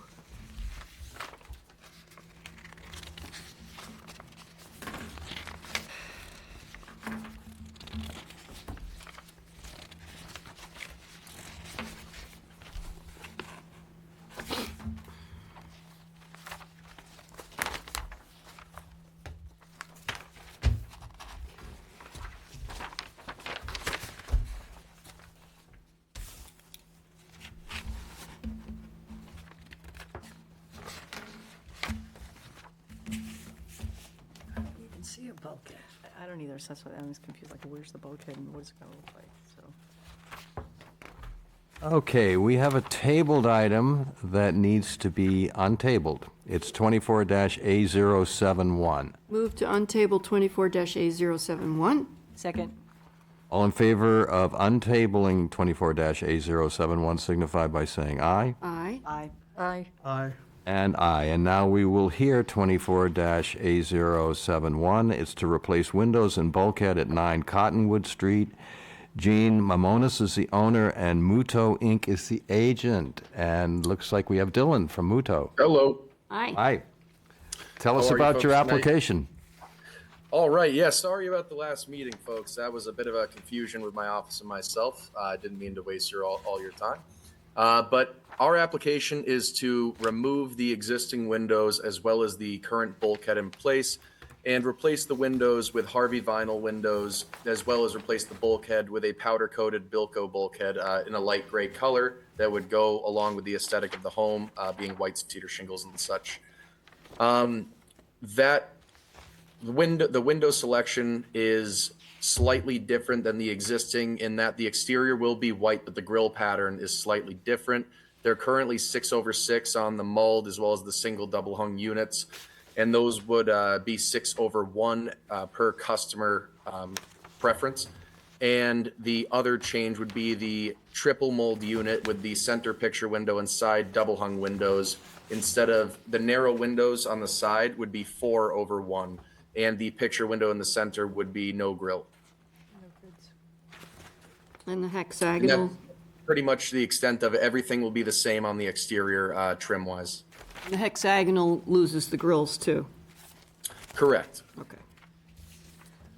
Is that it, Dylan? Yep, that's all. Questions or comments from the committee? It's fine. for me. Dylan, I don't see on the photo of the house an existing bulkhead, and you didn't provide a photo of what the new one would look like. So where is it going to go? Oh, it's on the rear of the home. I apologize. There's the rear of the home. We see the shower. Yeah, I don't see a bulkhead. It should, hold on 1 second here. Let me pull up my photos. Is it between the deck and the shower? Probably. It may be. It's been a while since I looked at the property. Let me get it pulled up. If it's in the rear, we don't care. Okay, yeah, so I apologize. I actually, now looking at it, I do not have a picture of the rear here on my computer. Is it going in the rear? Yeah. Yes. All right, then forget it. Okay. Thank you. All right. Any other questions or comments from the committee? Hearing none and seeing no neighbors left here tonight, I will entertain a motion. Move to approve 24-A071. I'll second. It's been moved and seconded. All in favor signify by saying aye. Aye.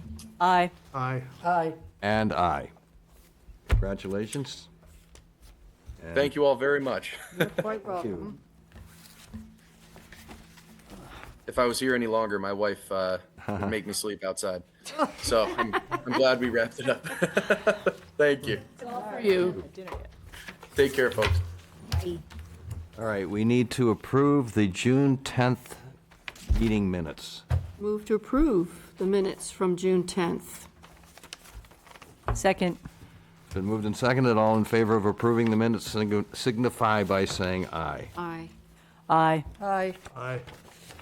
And aye.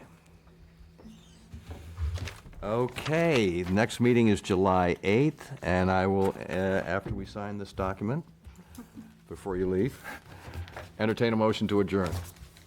I move to adjourn. Second. All in favor of adjourning signify by saying aye. Aye, aye, aye. Aye.